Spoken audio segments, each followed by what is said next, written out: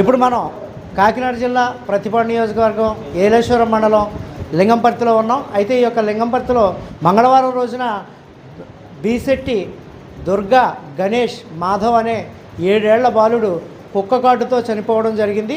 దీనికి సంబంధించి నిన్న అనేక ఆరోపణలు లింగంపర్తి గ్రామవాసులు చేయడం జరిగింది.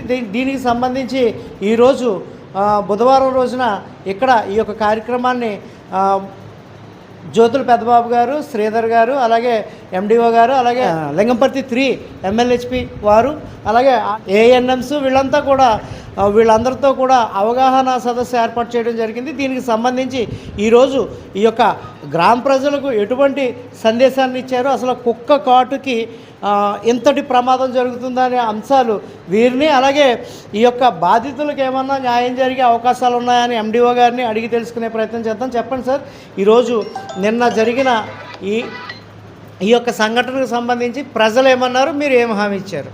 అందరికీ నమస్కారం అండి. మొన్న జూన్ నెలలో 14వ తేదీన ఇప్పుడు మృతి చెందిన మాధవ్ అనే అబ్బాయికి కుక్క కరడం జరిగింది. అతనితో పాటు ఆ రోజు ఇంకా చాలామందిని కరిసింది. మనకి జూన్ నెలలో మొత్తం 17 మందికి కుక్క కరిసినట్టుగా మన రిపోర్ట్. 8 మంది అన్నారు, మాధవ్ చనిపోయారు కాబట్టి 27 మంది 17 మందిని అయితే కరిసిందండి. 27 మంది కాదు కానీ 17 మందిని కరిసింది. వాళ్ళకి ఇంటింటికి మా ఆశా వర్కర్లు, ANMలు, MLHPలు ఇంటింటికి సర్వే కూడా చేశారు. నిన్న మళ్ళీ రెండోసారి ఎందుకన్నా మంచిదన్న ఉద్దేశంతో నిన్న మళ్ళీ అందరికీ ఇంటింటికి సర్వే చేయడం జరిగింది. ఆ 17 మందిని కలిసింది. 17 మంది కూడా వ్యాక్సిన్ అవి ఎన్ని డోసులు అయితే చేయించుకోవాలో అన్ని డోసులు వ్యాక్సిన్ చేయించడం జరిగింది. అలాగే ఒక గేదెని కూడా కరిసిందని అన్నారు. ఆ గేదె కూడా చనిపోవడం జరిగిందని చెప్పారు.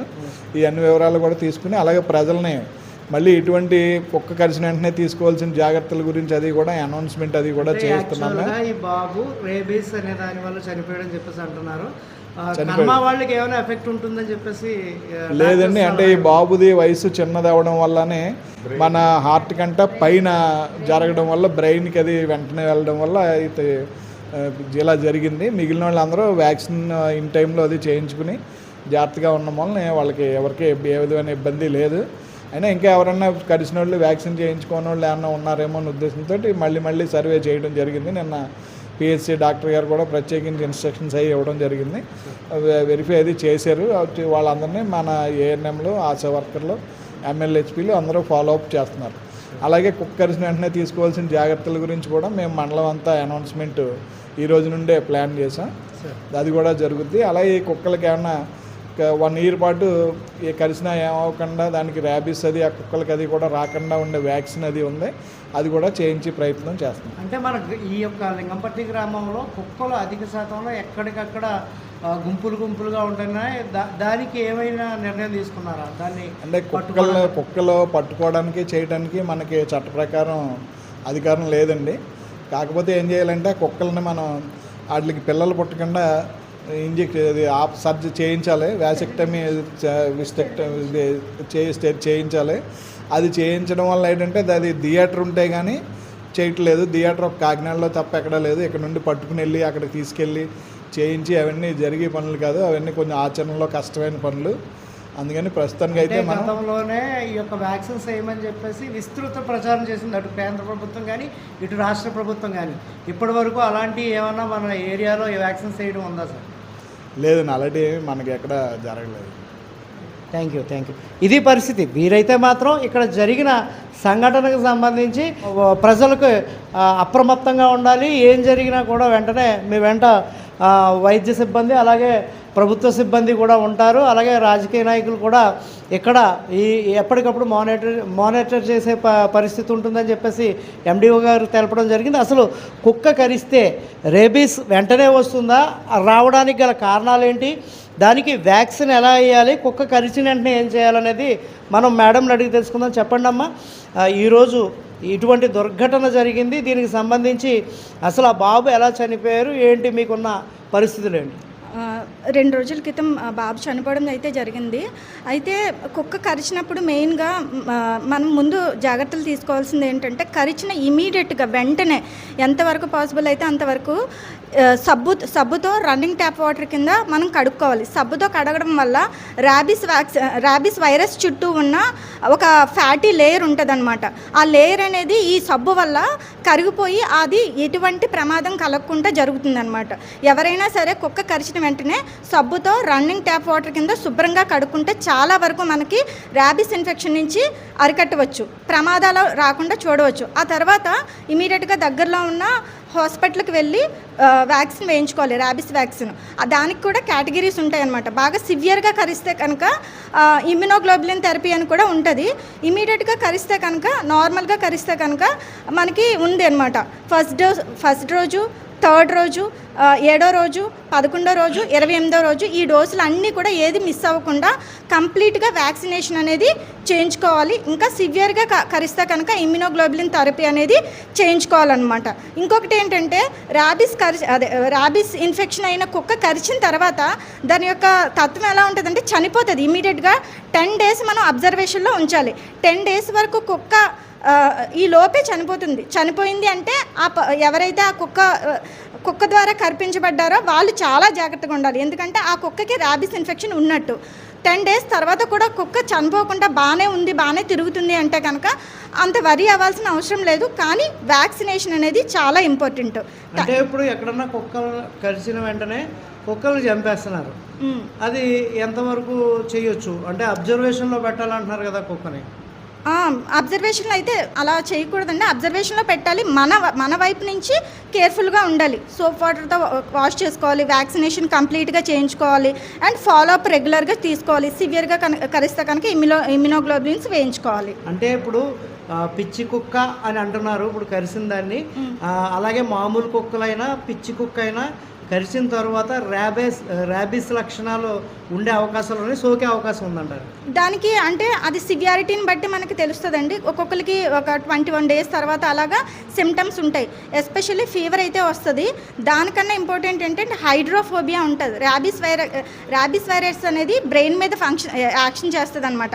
దానివల్ల ఏంటంటే వాళ్ళు వాటర్ అనేది తాగలేరు. వాటర్ చూస్తే భయం వేస్తుంది. అంటే వాటర్ ఒకవేళ తాగినా సరే బయటకు వచ్చేస్తుంది అనమాట, ఇక్కడి నుంచి మింగలేరు. సో అది మెయిన్ ప్రధాన లక్షణం.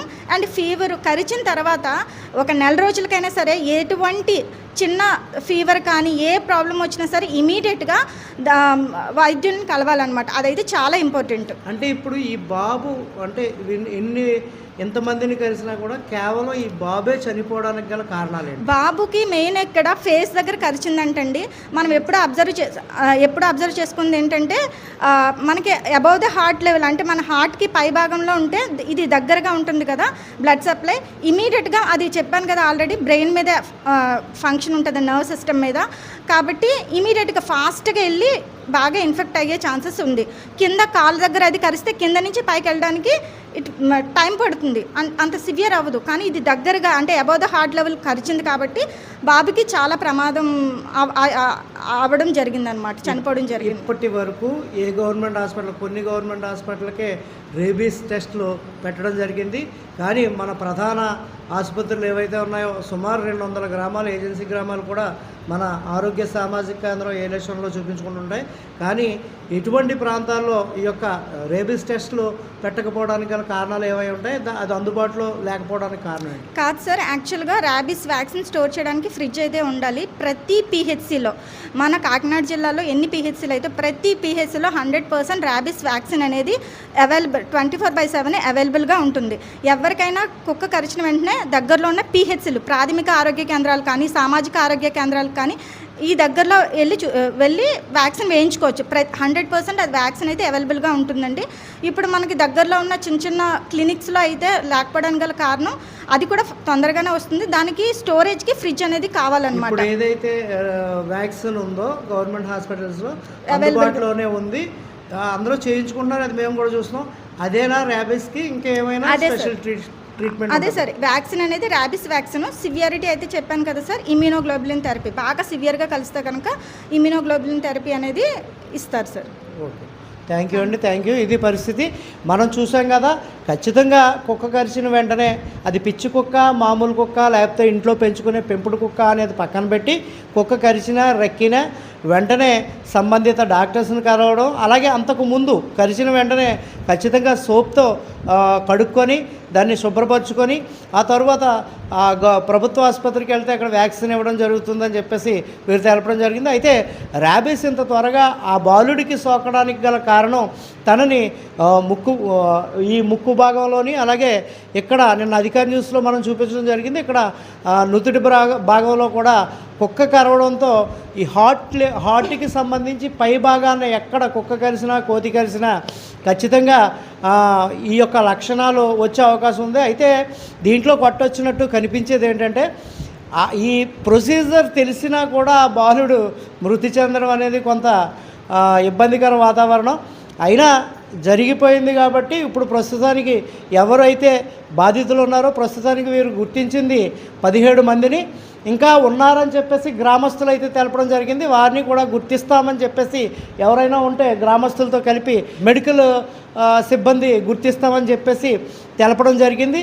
ఏదేమైనప్పటికీ కేవలం ఏదైనా ప్రమాదం జరిగిన తర్వాత ఇబ్బంది పడే కన్నా ప్రమాదం జరిగినప్పుడే మనం ఖచ్చితంగా సరైన పద్ధతులను పాటిస్తే కాస్త మన ప్రాణాలకి ఇబ్బందికర వాతావరణం ఉండదని చెప్పేసి కూడా తెలియజేసుకుంటూ కెమెరామెన్ శశి వెంకటేష్తో అధికార న్యూస్.